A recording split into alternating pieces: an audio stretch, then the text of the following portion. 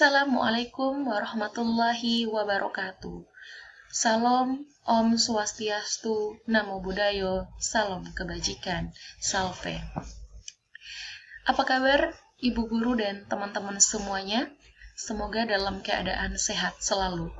Baik, di sini saya Aisyah Humairah Haji Said, salah satu anggota dari kelompok 6, mengucapkan terima kasih atas kesempatan yang sudah diberikan kepada kelompok kami untuk mempresentasikan hasil diskusi kami terkait tugas mata kuliah anak berkebutuhan khusus, di mana tugas yang akan kami presentasikan itu, permasalahan yang akan kami presentasikan itu adalah terkait tunagrahita.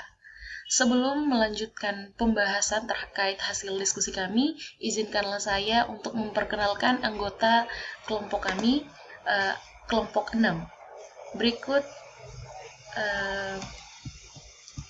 saya akan tampilkan. Baik, ini adalah anggota-anggota kelompok 6. Yang pertama ada Stevie PL Hanin dengan NIM tertera, Leonesis Peter Taihutu, Aisyah Humairah Haji Said, saya sendiri, Zifira Cornelia, Elizabeth AP Ulutobi. Mohon maaf jika mungkin ada dari anggota kami yang belum tertera namanya, itu ada kesalahan teknis. Jadi mengenai siapa saja nantinya, itu akan teman-teman bisa saksikan sendiri karena sudah ada modul ada modul Word yang disitu tertera semua nama dari anggota kami. Nah, di sini ada nama yang belum tertera. Seperti yang saya bilang sebelumnya, mungkin karena kesalahan teknis ya, teman-teman. Baik, kita lanjut pada pembahasan terkait tunagrahita. Ya, kita mulai dari definisi. Apa itu tunagrahita? Apa itu tunagrahita ya? Menurut American Association on Intellectual and Development Disabilities atau disingkat dengan AAIDD dalam ejaan Inggrisnya AAIDD, dijelaskan bahwa disabilitas intelektual atau tunagrahita, jadi kata lain dari tunagrahita itu adalah disabilitas intelektual. Disabilitas intelektual atau tunagrahita merupakan ketidakmampuan yang ditandai dengan keterbatasan signifikan dalam fungsi intelektual dan perilaku adaptif. Jadi, kalau kita merujuk pada pendapatnya American Association on Intellectual and Development Disabilities, dia mengatakan bahwa adanya kecacatan berupa keterbatasan signifikan ya, keterbatasan yang signifikan sekali dalam fungsi intelektual juga perilaku adaptifnya si penderita.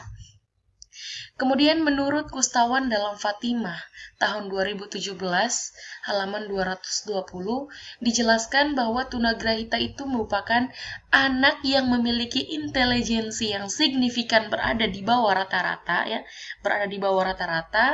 dan disertai dengan ketidakmampuan dalam adaptasi perilaku yang muncul dalam masa perkembangan. Jadi hampir ya sama, hanya beda saja perbedaan konteks kalimatnya saja. Yang maknanya itu sebenarnya sama, jadi pada intinya teman-teman bisa perhatikan pada kalimat yang kami terangkan di bawah itu merupakan inti dari tunagrahita ini sendiri, bahwa dia merupakan kata lain dari disabilitas intelektual, berupa gangguan perkembangan belajar, penalaran sosial, dan kemampuan hidup. Jadi, seorang penderita tunagrahita ini merupakan dia yang mengalami keterbatasan secara intelektual, juga perilaku adaptifnya yang tidak normal, di bawah rata-rata ya. Dan itu terlihat sangat-sangat signifikan. Jadi intinya seperti itu. Mengalami keterbatasan intelektual serta perilaku adaptif yang berada di bawah rata-rata. Dan itu sangat signifikan sekali. Terkait dengan bagaimana kelanjutan untuk mengetahui seseorang terkena tunagrahita ini, maka akan disampaikan oleh teman saya dalam topik cara identifikasi terhadap Kepada pemateri yang bertugas, saya persilakan untuk melanjutkan pembahasannya. Berikut cara mengidentifikasi tunagrahita. Ada beberapa cara untuk mengidentifikasi anak dengan golongan atau anak yang termasuk tunagrahita, yaitu melalui beberapa indikasi. Yang pertama, keterhambatan fungsi kecerdasan secara umum atau di bawah rata-rata. Tingkat kecerdasan seorang anak diukur melalui tes intelijensi yang hasilnya disebut dengan IQ, Intelligence Quotient. Yang kedua, observasi terhadap kemampuan anak dalam perilaku sosial adaptif. Hal ini ditunjukkan dengan kemampuan anak tunagrahita yang rendah dalam hal mengurus, memelihara, dan memimpin diri, sehingga anak dengan tunagrahita tidak mampu untuk bersosialisasi. Yang ketiga, observasi terhadap kemampuan anak dalam berbahasa. Kemampuan bahasa anak tunagrahita sangat terbatas, terutama pada perbendaharaan kata abstrak. Pada anak yang ketunagrahitaannya semakin berat, banyak yang mengalami gangguan bicara disebabkan cacat artikulasi dan masalah dalam pembentukan bunyi di pita suara dalam rongga mulut. Yang keempat, observasi terhadap kemampuan anak dalam bidang akademis.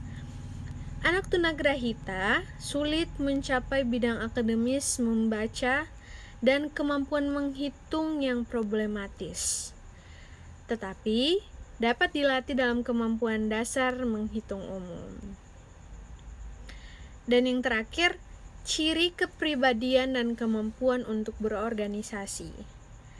Dari beberapa penelitian disebutkan bahwa terkait kepribadian, anak tunagrahita umumnya tidak memiliki kepercayaan diri, tidak mampu untuk mengontrol dan mengarahkan dirinya sehingga lebih banyak bergantung pada pihak luar atau external locus of control. Demikian cara mengidentifikasi anak dengan tunagrahita. Baik, selanjutnya saya akan menjelaskan terkait karakteristik umum anak dengan tunagrahita.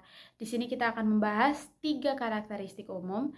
Yang pertama ada akademik, yang kedua sosial emosional, dan yang ketiga ada fisik mental kesehatan. Kita akan bahas satu persatu. Yang pertama terkait akademik. Nah, untuk anak-anak dengan tunagrahita ini, mereka biasanya belajar menggunakan teknik membeo atau rote learning daripada dengan pengertian. Contohnya, biasanya anak dengan tunagrahita ini lebih cepat bosan, cepat lupa dengan materi-materi seperti perhitungan ataupun hafalan. Mereka lebih senang belajar terkait kesenian, olahraga, dan bahkan mereka terkadang bisa meminta untuk mengulangi pelajaran tersebut. Dan yang kedua, sosial emosional. Dalam pergaulan, anak dengan tunagrahita ini tidak dapat mengurus diri, memelihara, dan memimpin diri, sehingga membutuhkan bantuan untuk berinteraksi. Nah, hal itu yang menyebabkan banyak anak dengan tunagrahita ini lebih banyak bergaul dengan anak yang lebih mudah dari diri mereka. Baik, selanjutnya itu ada fisik atau kesehatan. Nah, untuk anak dengan tunagrahita, biasanya baik struktur maupun fungsi tubuh mereka itu umumnya kurang dari anak normal. Seperti mereka baru dapat berjalan dan berbicara itu pada usia yang lebih tua dari usia normal. Baik, di sini saya akan melanjutkan penjelasan terkait ciri-ciri anak dengan tunagrahita. Yang pertama, perkembangan senantiasa tertinggal dibanding teman sebayanya. Yang kedua, tidak mampu mengubah cara hidupnya atau cenderung jika terjadi hal baru di lingkungan sekitarnya, ia menjadi risau atau bingung. Yang ketiga, perhatiannya tidak bertahan lama, amat singkat atau rendah. Yang keempat, kemampuan berbahasa dan berkomunikasi terbatas. Umumnya anak dengan tunagrahita ini itu gagap. Mungkin juga bisa dengan pelafalan bahasa dalam berkomunikasi itu tidak jelas atau tidak lancar. Yang kelima, sering tidak mampu menolong diri sendiri. Yang keenam, motif belajarnya rendah sekali karena anak tunagrahita ini berpikir bahwa kesehariannya itu hanya dihabiskan untuk bermain atau bersenang-senang. Yang ketujuh, irama perkembangannya tidak rapi. Suatu saat mungkin bisa meningkat sangat tinggi, tapi di saat yang lain mungkin menurun sangat-sangat drastis. Yang kedelapan, dia tidak peduli pada lingkungan sekitarnya. Jadi anak-anak tunagrahita ini apa yang mereka lakukan, mereka tidak mempedulikan dengan kondisi lingkungan sekitarnya. Topik yang berikut mengenai ciri-ciri pada masa perkembangan. Yang pertama, pada masa bayi, tampak mengantuk saja, apatis, tidak pernah sadar, jarang menangis, tapi kalau ia sudah menangis akan menangis secara terus-menerus. Lalu kemudian terlambat duduk, terlambat berbicara, dan terlambat berjalan. Yang kedua, pada masa kanak-kanak, ciri-ciri klinis, mongoloid, kepala besar dan kepala kecil. Sukar memulai dengan sesuatu, sukar untuk melanjutkan sesuatu, mengerjakan sesuatu berulang-ulang, tetapi tidak ada variasi. Tampak penglihatannya kosong, melamun, ekspresi muka tanpa ada pengertian. Yang ketiga, pada masa sekolah, kesulitan belajar, kurang konsentrasi, perkembangan bahasa yang kurang, kemampuan motorik yang kurang, dan kesulitan untuk menyesuaikan diri. Dan yang terakhir, pada masa puber, pertumbuhan fisik berkembang normal, tetapi perkembangan berpikir dan kepribadian berada di bawah usianya. Akibatnya, ia mengalami kesulitan dalam pergaulan dan mengendalikan diri. Topik yang selanjutnya akan dibawakan oleh teman saya. Baik, perkenalkan nama saya Johanesti Marietri Tunggaltia.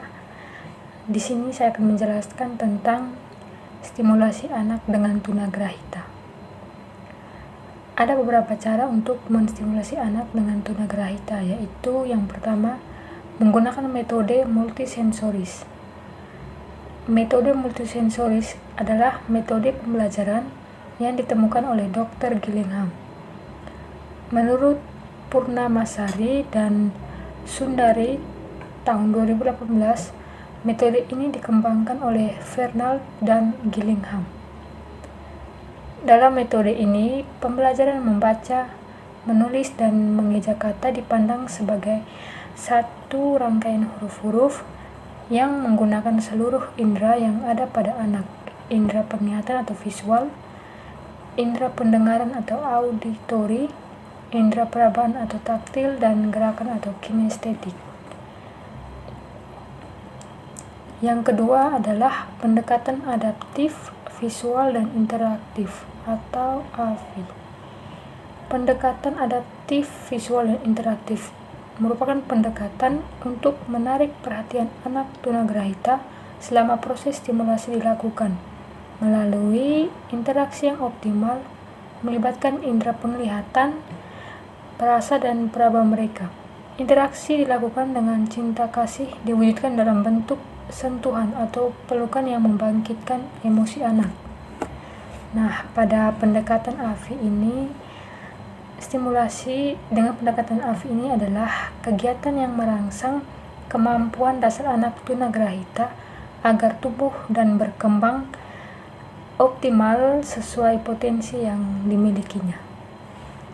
Sekian dari saya, terima kasih.